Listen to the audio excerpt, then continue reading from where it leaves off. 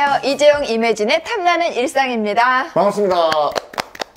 네, 탐나는 셀럽, 탐나는 인플루언서를 만나보는 시간이죠. 네, 오늘 탐나는 게스트는요. 풍수 건축가이자 네. 역술가이십니다. 박성준 선생님 모셨습니다. 어서 오세요. 반갑습니다.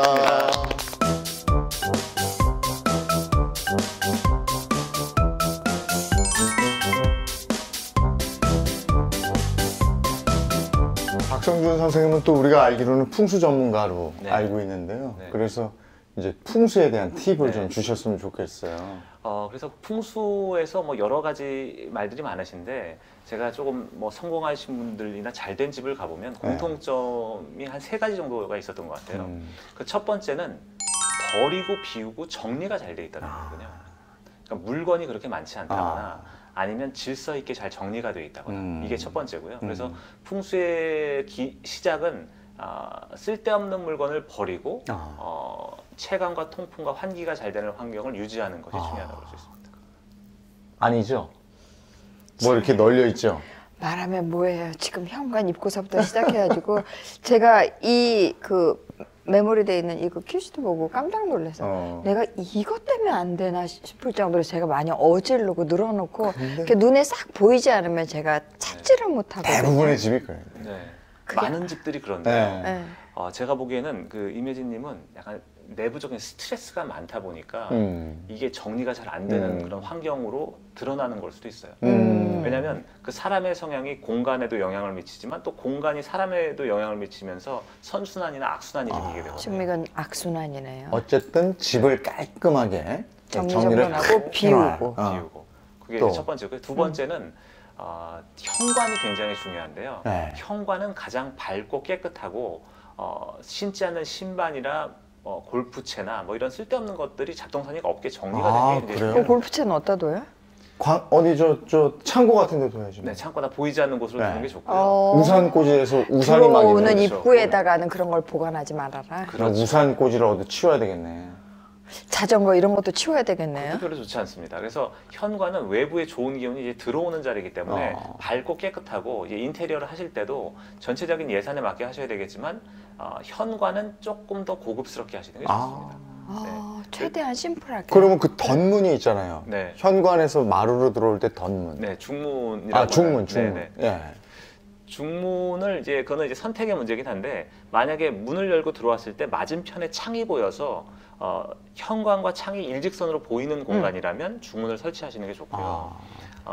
이게 어떻게 본다면 예전에 이제 부잣집 주택을 보더라도 정문에서 굽이굽이 들어가서 현관이 보이지 정문을 열었을 때 바로 현관이 마주 보는 경우는 거의 없거든요. 충을 맞는다고 그래서 그럴 때는 이제 중문이 좀 필요하게 됩니다. 그렇구나. 알겠습니다.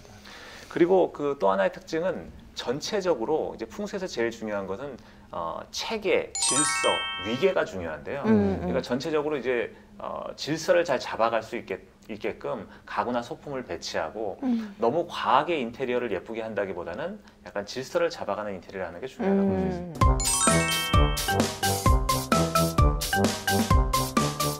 그러면 이제 사는 집, 아파트 이런 얘기 나왔으니까 사는 곳에 대해서 얘기하면 좋을 것 같네요. 네. 어떤 곳인지.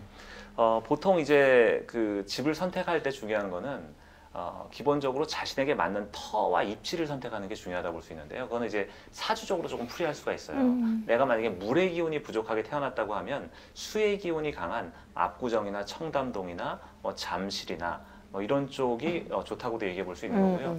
만약에 내가 화의 기운이 이매진 선생님처럼 이제 화의 기운이 부족하다고 한다면 주변에 산이나 언덕이 있다거나 이런 쪽이 이제 화기를 조금 도움을 받을 수 있는 동네이기 때문에 그런 동네를 선택하시면 됩니다. 어떡하지? 그 개천 있는 데로 이사 가려고 그러는데. 누나 개포동은 어떻지?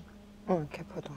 개포동은 위치에 따라서 물도 있긴 하지만 그쪽이 수서도 있고 이제 산도 있고 이렇기 때문에 약간의 화기가 있는 동네라고 얘기할 수 있어요.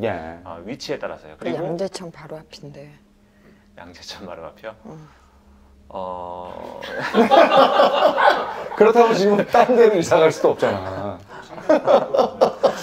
이미 다 정하신 건가요? 네, 그렇다면 이제 그 안에서 조금 보완을 하면 될 것 같은데 중요한 거 이제 호수도 다 정하신 거예요? 그렇죠. 다 정해져 있죠. 네.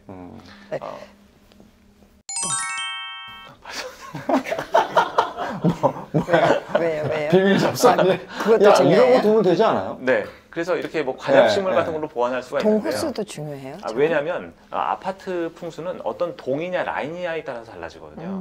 왜냐하면 그 아파트를 보실 때 아파트에 들어가셔서 그 안에 인테리어를 보시기보다는 그 발코니나 각 창으로 바깥을 보세요. 네. 바깥을 보신 다음에 도로가 우리 집을 향해서 달려오고 있는지를 체크해 보면 됩니다. 그럼 되게 흉한 거거든요. 현대 풍수에서는 도로를 물로 보고 건물을 산으로 보기 때문에 도로가 우리 집을 향해서 달려오고 있다는 것은 충을 맞아서 재물이나 건강이 깨질 수 있는 암시가 있다. 그 옆에 도로가 이렇게 확 지나가는 것도 안 좋은 지나가는 거예요? 상관없는데요. 그 도로가 우리 집을 향해서 와 있어요. 향해서 이게 만약에 집이 있으면 이렇게 집 라인이 있으면 이렇게 해서 이렇게 꺾어서 돌아갈 때 이게 들어오는 쪽이 되는 거잖아요. 특히 이 들어오는 것이 이제 침실이나 침실 쪽에는 굉장히 좀 안 좋다고 볼 수 있으니까 그런 걸 체크하시면 되고, 럭키 컬러는 이제 빨강이나 노란 계열이기 때문에 특히 이제 서쪽에 노란 벽지나 노란 소품을 놓으면 이제 재물을 상승시키는. 이건 모두에게 다 해당되는 얘기죠? 네, 이건 기본적으로 그런데 이제 노란색이 또 잘 맞으시니까 네. 노란색은 더 맞다고 볼 수 있고. 빨강이 저한테 행운의 색깔이라고요? 빨강과 노랑이 행운의 색깔이니까 뭐 옷이나 이런 것도 빨강이나 노랑. 오늘 이 계열 좋아요. 빨강, 노랑 아닌 옷들은 그냥 죄 없애버려. 그게 이제 굉장히 좀 잘 맞는다고 볼 수 있습니다. 예. 그래서 그리고 이제 그 인테리어적으로 봤을 때 아까 도로를 체크하시고 그리고 창을 봤을 때 주변의 건물이나 아파트의 모서리가 우리 집을 향해서 바로 보이는 것은 흉하다 이렇게 볼 수 있습니다. 그것도 역시 충을 맞는 거고요. 그리고 밖을 봤을 때 지하 주차장의 개구부가 바로 보여서 차량이 왔다 갔다 하는 모습이 보이는 것도 풍수적으로 좋지 않으니까 그런 라인은 피하시는 게 좋습니다. 예. 근데 이제 우리가 집 얘기할 때 아주 이제 고급 아파트들 보면 한강 뷰에 또 이렇게 산 보이고 뭐 이런 데를 굉장히 선호하고 실제로 그런 데가 굉장히 고가의 아파트들이 많잖아요. 그리고 요즘에는 굉장히 고층으로들 올라가서 살잖아요. 그런 건 어떻습니까? 풍수지리적으로도 좋은 건가? 글쎄 그걸 모르겠어요. 풍수적으로 봤을 때는 사실 물이라는 것은 정리하고 반성하고 이제 성찰하는 기운 또 기운이기 때문에 사실 강이나 바다가 바로 보이는 곳은 사실 좋지 않다고 얘기를 하고요. 강의 폭만큼 뒤로 밀린 자리 이후에 있는 입지가 좋다고 얘기를 합니다. 그리고 이제 고층 아파트들이 많은데 이제 그 뷰 때문에 선호를 많이 하시긴 하지만 땅의 기운인 지기를 미치는 범위가 있거든요. 그것이 한 8층, 9층, 10층 정도까지를 보기 때문에 그 아래가 좋다고 얘기할 수 있는데요.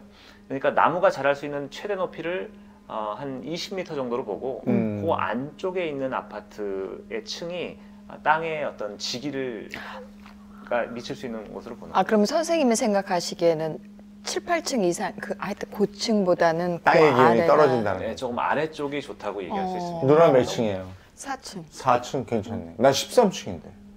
땅의 기운이 필요하구만.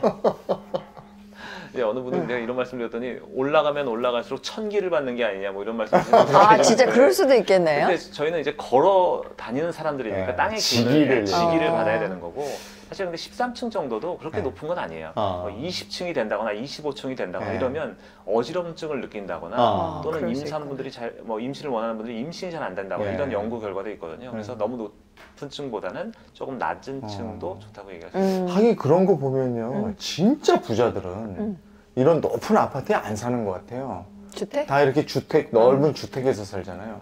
그것도 관계가 있어요. 그렇죠. 땅의 기운이고 그리고 이제 주택을 선택하실 때는 주택의 마당에 이렇게 돌이 있다거나 이런 것은 좋지 않으니까 특히 이제 회색의 돌이 있는 그런 마당이 있는 쪽은 주택은 고르지 않는 게 좋다 이런 것도.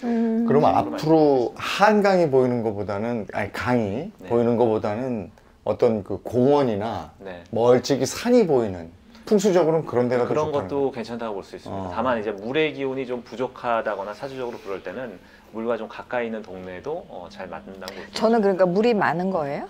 물이 많지는 않습니다. 물이 많은 건 아닌데 물이 이제 어떻게 보면 토의 기운을 가지고 태어나셨기 때문에 물이라는 게 재물이거든요. 근데 그게 하나 있어요. 하나 있다는 것은 아예 없는 이재용님보다 하나가 있다는 거거든요. 그거는 아니 전 재물이 아예 없어요. 그러면 물이 재물이라면서요. 그러니까 그 이재용님은 불의 기운이기 때문에 뭘 이재용님 밭에 입장에서는 먹어. 금의 기운이 재물이에요. 금의 기운. 근데 이 사들은 금이 없는데 금이 없다고 돈이 없는 건 아니에요. 다만 자신이 이제 살아가는 인생의 방향이 돈으로만 가지 않는다는 거죠. 아니 그래도 금은 사야 되겠다. 앞으로는 금을 사야 되겠네. 사서 가까이에 또. 아니 그리고 걸쳐 자꾸 해가지고. 네.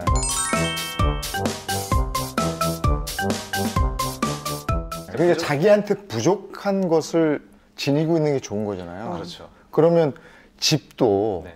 어떤 그런 기운을 다 갖춘 집에 살 수 있는 재력이 안 되면 네. 그걸 보완할 수 있는 거잖아요. 네. 살림살이라든가 뭐 이런 거를. 집에다가 그런 소품을 두면 좋은 거 네. 이런 건 뭐가 있겠습니까? 그래서 이제 풍수적으로 봤을 때 입지를 넘어서서 그 안에서 가구나 소품의 배치만으로 생기 있는 공간을 만드는 것이 이제 풍수 인테리어인데요.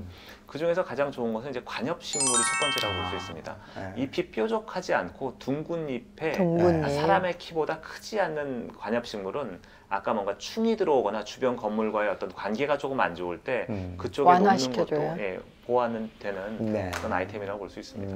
너무 크지 않아. 그리고 또 하나는 현관에 이제 풍경을 거는 것도 좋다고 얘기할 수 있는데요. 풍경이라는 것은 맑은 소리로 탁한 기운을 깨쳐서 좋은 기운을 만드니까. 풍경화를 거는 건 줄 알았어. 풍경화가 아니고 그 풍경. 네. 그 절에 가면 이렇게 탈락 소리가 나는 거. 그거 청하고 좋죠. 소리. 풍경. 그리고 이제 또 하나는 이제 그림으로 이제 공간에 생기를 만들 수가 있는데요.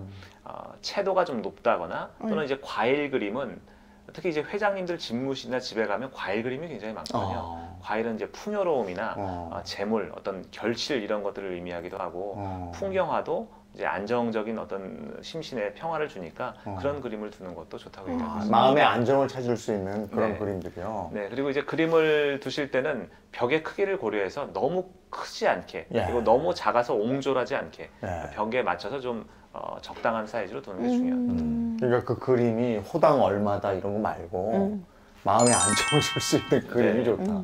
그럼 이 세 가지를 말씀해 주셨는데 그러면 워스트도 있을 거 아니에요? 안 좋은 거. 안 좋은 것도 있습니다. 집은